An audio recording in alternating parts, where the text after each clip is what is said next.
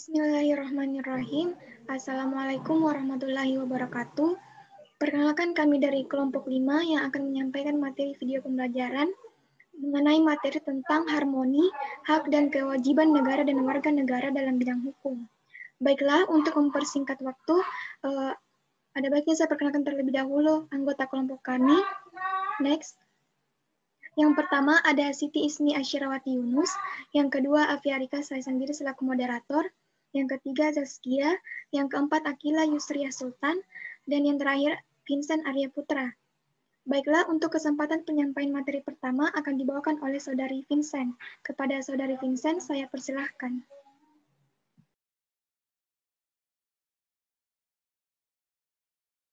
Terima kasih atas kesempatannya. Saya akan membawakan konsep terkait hak dan kewajiban negara dan warga negara di bidang hukum. Yang pertama adalah konsep. Hak asasi manusia merupakan hak yang dimiliki oleh manusia yang tidak dapat dilanggar dan dipisahkan. Hak asasi manusia bersumber pada pokok pikirannya yang terdapat dalam kitab suci yang menyatakan bahwa manusia diciptakan Tuhan dengan hak dan kewajiban yang sama. Dalam kewajiban asasi dapat diartikan sebagai kewajiban dasar setiap manusia yang diwajibkan atau diharuskan untuk menjalankannya. Terdapat juga dalam Undang-Undang Dasar tahun 1945 pada pasal 27 ayat 1, segala warga negara bersamaan kedudukannya di dalam hukum dan pemerintahan dan wajib menjunjung hukum dan pemerintahan itu dengan tidak ada kecualinya. Artinya, warga negara mempunyai hak untuk memiliki kesamaan kedudukan di hukum dan kewajiban yaitu menjunjung hukum. Sekian dari saya, terima kasih.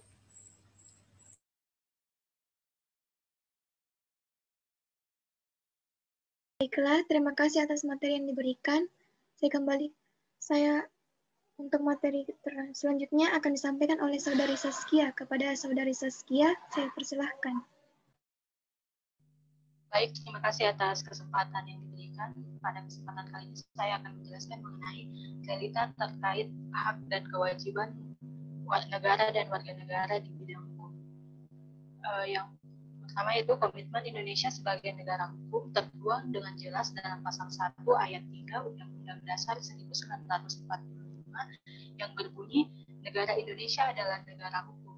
Hal ini juga dapat dilihat dengan pengaturan yang jelas mengenai kekuasaan maupun fungsi masing-masing lembaga negara, jaminan perlindungan HAM, kejelasan prinsip-prinsip mekanisme demokrasi, serta jaminan peradilan yang independen. Meskipun konstitusi telah mengatur hal-hal tersebut, namun upaya mewujudkan negara hukum tidaklah mudah. Realita yang tengah kita hadapi adalah berbagai persoalan hukum masih sering bermunculan silih berganti. Bahkan ada istilah yang muncul bahwa hukum itu runcing ke atas dan tumpul ke bawah. Permasalahan mengenai hukum tentu juga muncul dari persoalan yang paling mendasar, yaitu pemenuhan hak dan kewajiban negara maupun warga negara. Negara maupun warga negara sama-sama memiliki hak dan kewajiban masing-masing. Salah satu penyebab adanya permasalahan hak dan kewajiban yaitu adanya ketidaksadaran akan hak dan kewajiban. Seseorang yang semestinya memiliki hak namun dia tidak menyadarinya, maka akan memberikan peluang pada pihak-pihak yang tidak bertanggung jawab untuk menyimpangkannya. Demikian pula ketidaksadaran seseorang akan kewajiban yang dimilikinya akan membuat hak yang semestinya didapatkan orang lain menjadi dilanggar atau diabaikan. Kemudian permasalahan ini juga dapat dilihat dari banyaknya ketidakadilan hukum di Indonesia. Seringkali kita mendengar bahwa banyak rakyat yang dipenjara karena tidak memiliki kekuasaan dan banyak para penguasa yang justru dapat bebas dari hukuman dengan mudahnya karena mempunyai kekuasaan. Hukum menjadi alat bagi pemegang kekuasaan untuk bertindak semena-mena. Dalam hal ini, negara telah melanggar kewajiban untuk menegakkan supremasi hukum, yaitu upaya untuk menciptakan keadilan. Selain itu, warga negara telah kehilangan haknya untuk mendapatkan keadilan dan perlakuan yang sama di mata hukum. Demikian yang dapat saya sampaikan, saya kembalikan ke moderator. Baiklah, terima kasih atas materi yang dipaparkan. Selanjutnya akan dibawakan oleh Saudari Saskia. Kepada Saudari Akila. Kepada Saudari Akila saya persilahkan. Baik, terima kasih atas kesempatannya. Jadi saya akan membawakan materi mengenai masalah harmoni hak dan kewajiban warga negara dalam bidang hukum. Persoalan yang paling mendasar hubungan antara negara dan warga negara adalah masalah hak dan kewajiban. Negara demikian pula warga negara sama-sama memiliki hak dan kewajiban masing-masing. Sesungguhnya dua hal ini saling terkait karena berbicara hak negara itu berarti berbicara tentang kewajiban warga negara. Demikian pula sebaliknya berbicara kewajiban negara adalah berbicara tentang hak warga negara. Hak dan kewajiban warga negara Indonesia tercantum dalam pasal 27 sampai dengan pasal 34 Undang-Undang 1945 yang di dalamnya menjelaskan beberapa hak dan kewajiban untuk seorang warga negara Indonesia. Namun permasalahannya saat ini adalah pencapaian dalam pelaksanaan hak dan kewajiban itulah yang menurut saya belum seimbang juga belum bisa terlaksanakan dengan baik, yang disebabkan masih banyak permasalahan-permasalahan baik itu dalam hak kewajiban sendiri. Sebenarnya ini adalah tanggung jawab bersama mencari solusi yang tepat untuk pencapaian keseimbangan ini. Mungkin ini adalah faktor sistem pemerintahnya yang belum baik atau dari sisi faktor pribadinya. Secara pemerintah saat ini sendiri masih belum mencerminkan kepemimpinannya dalam membangun negeri ini, sedangkan peran pemerintah sendiri bagi negeri ini sangat penting dan berpengaruh pada rakyatnya yang mereka pimpin. Contoh masalah atau kasus yang terjadi baru-baru ini mengenai negara yang rentan salah gunakan kewenangan selama pandemi. Pentingnya Mahkamah Konstitusi adopsi sistem pengaduan konstitusional. Peran lembaga peradilan, khususnya peradilan konstitusi, menjadi makin krusial dalam pandemi. Dan adapun contoh yang lain mengenai kelemahan utama dalam pelaksanaan P4 adalah bahwa pedoman tersebut bersifat kaku, tertutup, dan doktriner. Hanya pemerintah yang berhak menerjemahkan dan menafsirkan Pancasila sehingga tidak ada ruang yang cukup untuk diskusi dan terbukanya konsep-konsep baru.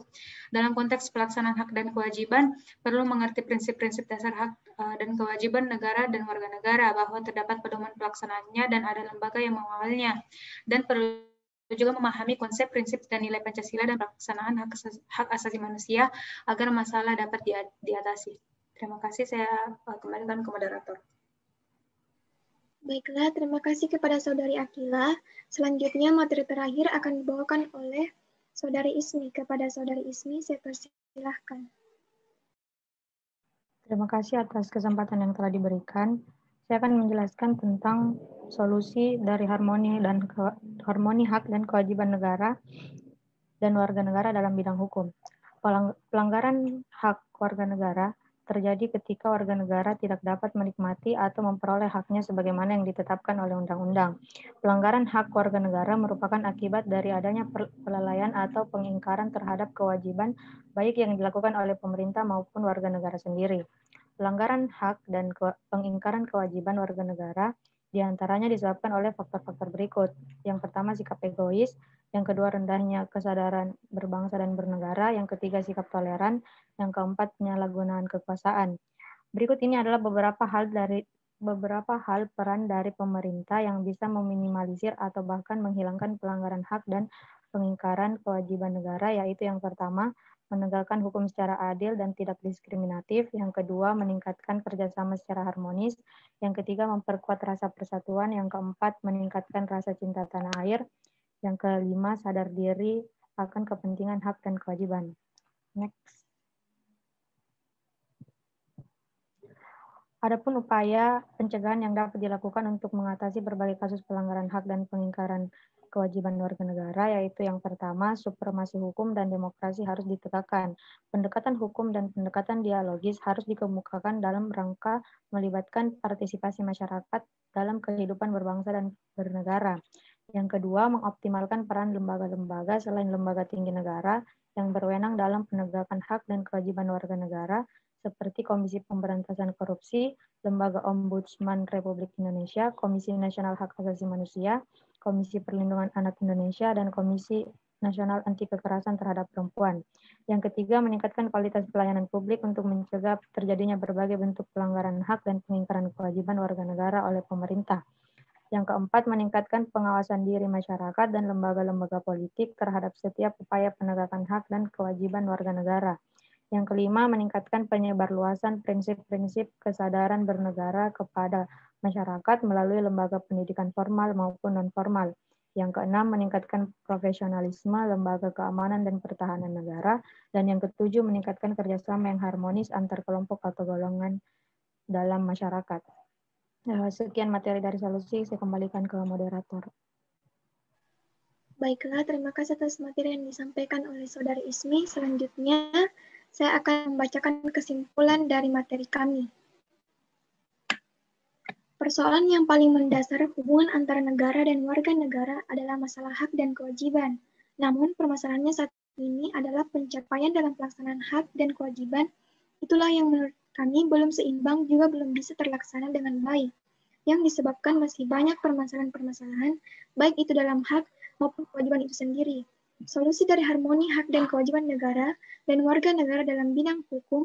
Pelanggaran hak warga negara terjadi ketika warga negara tidak dapat menikmati atau memperoleh haknya sebagaimana yang ditetapkan oleh undang-undang. Penyalahgunaan kekuasaan berikut ini adalah beberapa hal peran dari pemerintah yang bisa meminimalisir atau bahkan menghilangkan pelanggaran hak dan pengingkaran kewajiban warga negara. Yang pertama, menegakkan secara adil dan tidak diskriminatif.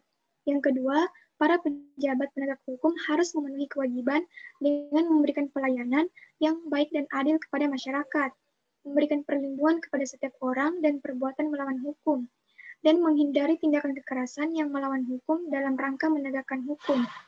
Mengoptimalkan peran lembaga selain lembaga tinggi negara yang berwenang dalam hak dan kewajiban warga negara, seperti Komisi Pemberantasan Korupsi atau KPK, Lembaga Ombudsman Republik Indonesia, Komisi Nasional Hak Asasi Manusia atau Komnas HAM, Komisi Perlindungan Anak Indonesia atau KPAI, dan Komisi Nasional Anti Kekerasan Terhadap Perempuan, yaitu Komnas Perempuan.